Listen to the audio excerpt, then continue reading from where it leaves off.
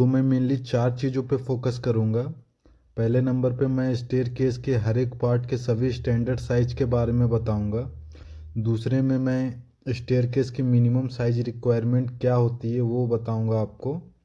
तीसरे में मैं आपको बताऊँगा कि आपके घर में सीढ़ियाँ किस किस लोकेशन में प्रोवाइड करनी है और किस लोकेशन को अवॉइड करना है ये बताऊँगा।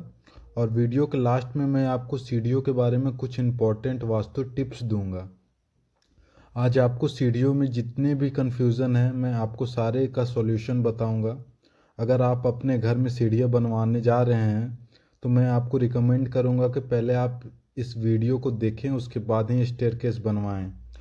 तो चलिए वीडियो को स्टार्ट करते हैं। और अगर आपको वीडियो अच्छी लगे तो आप लाइक और सब्सक्राइब कर ही दोगे, ये तो मेरे को पता ही है।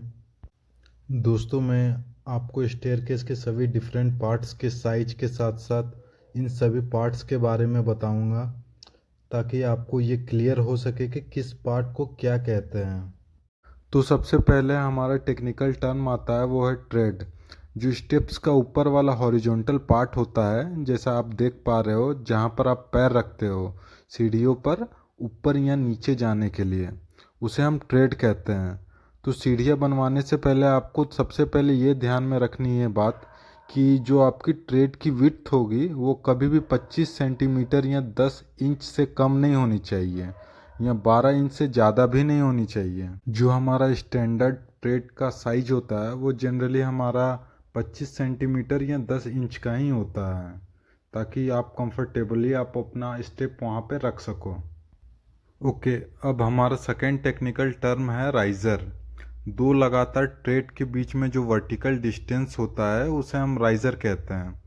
आपको ये बात ध्यान रखनी होगी कि सीढ़ियाँ बनवाने से पहले कि जो आपकी राइज़र की हाइट होगी वो कभी भी 6 इंच से कम नहीं होनी चाहिए, और जो कि मैक्सिमम 8 इंच तक जा सकती है। अगर आप राइज़र का हाइट थोड़ा ज़्यादा बढ़ा दोगे तो आपको क्या होगा कि आपको थकावट फील होने लगेगा। तो जो हमारा स्टैंडर्ड साइज होता है राइज़र का वो जनरली 6 इंच का ही होता है। तो थर्ड, आपको ये ध्यान में रखना है कि आपकी जो सीढ़ी का स्टेप की विड्थ होगी वो कभी भी आपको 3 फीट से कम नहीं रखनी है, और जो कि आपका मैक्सिमम 5 फीट तक जा सकता है। तो जनरली हम रेजिडेंशियल पर्पस के लिए जो स्टेयर की विड्थ रखते हैं वो जनरली हम 3 फीट की ही रखते हैं। आप बहुत सारी जगहों पे देखोगे, कमर्शियल जगहों पे 6 फीट की रखी जाती है, बिकॉज वो कमर्शियल प्लेस है, उसमें थोड़ी बड़े स्टेयरकेस की ज़रूरत होती है, बड़े स्टेप्स की ज़रूरत होती है। तो हम जो हमारा स्टैंडर्ड साइज है वो हमारा 3 फीट का ही। फोर्थ है हमारा हैंड रेल, जिसका काम है सीढ़ियों के चढ़ते और उतरते समय हाथों को रेस्ट प्रोवाइड करना। तो हमें अपनी रेलिंग की हाइट कितनी रखनी है? हमें अपनी रेलिंग की हाइट मिनिमम 2.5 इंची रखनी है और मैक्सिमम 3 इंची तक रखनी है, ताकि हर हाइट का आदमी इसे यूज़ कर सके। जनरली हमें अपनी हैंडरेल का डायरेक्शन क्लॉकवाइज में रखना चाहिए, बिकॉज इंडिया में मैक्सिमम लोग राइट हैंडेड होते हैं, जैसा कि आप देख पा रहे हो। नेक्स्ट हमारा आता है लैंडिंग। जो दो फ्लाइट के बीच में हॉरिजॉन्टल प्लेटफॉर्म छोड़ा जाता है उसे हम लैंडिंग कहते हैं। टेक्निकली लैंडिंग छोड़ने के पीछे दो मेजर रीज़न होते हैं। पहला रीज़न तो ये होता है कि हमें दो फ्लाइट के बीच के डायरेक्शन को हम चेंज कर सकते हैं, और दूसरा रीज़न ये होता है कि सीढ़ियों के ऊपर चढ़ने और उतरने के दौरान यूज़र को रेस्ट करने के लिए एक जगह मिल जाती है। हमें कभी भी अपने लैंडिंग की विड्थ स्टेयरकेस की विड्थ से कभी कम नहीं रखनी है। हमें अपनी लैंडिंग की विड्थ मिनिमम 2.5 फीट और मैक्सिमम 3.5 फीट तक ही रखनी है। और हमेशा ये बात का ध्यान रखना है कि हमारा जो भी विड्थ होगा वो स्टेयरकेस की विड्थ से ज़्यादा होगा, कभी भी कम नहीं होना चाहिए। सिक्स्थ हमारा आता है निवल पोस्ट। ये हैंडरेल के सपोर्ट के लिए प्रोवाइड किया जाता है, जो फ्लाइट के टॉप और बॉटम में प्रोवाइड किया जाता है। हमें हैंडरेल की मिनिमम हाइट 75 mm रखनी है, जो कि मैक्सिमम 90 mm तक जा सकती है। नंबर 7 में हमारा आता है सॉफिट या बेस स्लैब। आसान भाषा में समझाऊं तो जिसके ऊपर आपकी स्टेयरकेस कंस्ट्रक्ट की जाती है उसे हम सॉफिट स्लैब या बेस स्लैब कहते हैं। हमें अपनी बेस स्लैब की मिनिमम विड्थ 6 इंची से कभी भी कम नहीं रखनी है। आपने बहुत जगह देखा होगा बेस स्लैब हमारा यहाँ टूटते हुए। इसके कोलैप होने की मेजर रीज़न होता है कि बेस स्लैब की थिकनेस बहुत कम होती है। क्योंकि आप समझ सकते हो उतना सारा कंक्रीट और सरिया का वजन हमारा बेस स्लैब पर ही आता है, तो हमारा बेस स्लैब हमेशा भी मजबूत रहना चाहिए, जो कि मिनिमम 6 इंची रहना ही रहना चाहिए। नेक्स्ट हमारा 8th पॉइंट आता है पिच या एंगल। पिच स्टेयरकेस का वो एंगल होता है जो स्लोप होता है, जो ये डिसाइड करता है कि आप सीढ़ियों को कितनी तिरछी और कंफर्टेबल रखना चाहते हो।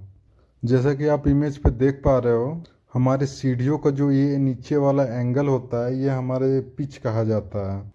हमें अपना मिनिमम पिच का एंगल 38 डिग्री रखना ही रखना है, जो कि मैक्सिमम 42 डिग्री तक जा सकता है, उससे ज़्यादा नहीं होना चाहिए। बिकॉज हम अपना पिच जितना ज़्यादा एंगल उसका बढ़ाएंगे, हमें सीढ़ियाँ चढ़ने में उतना ज़्यादा थकावट महसूस होगा।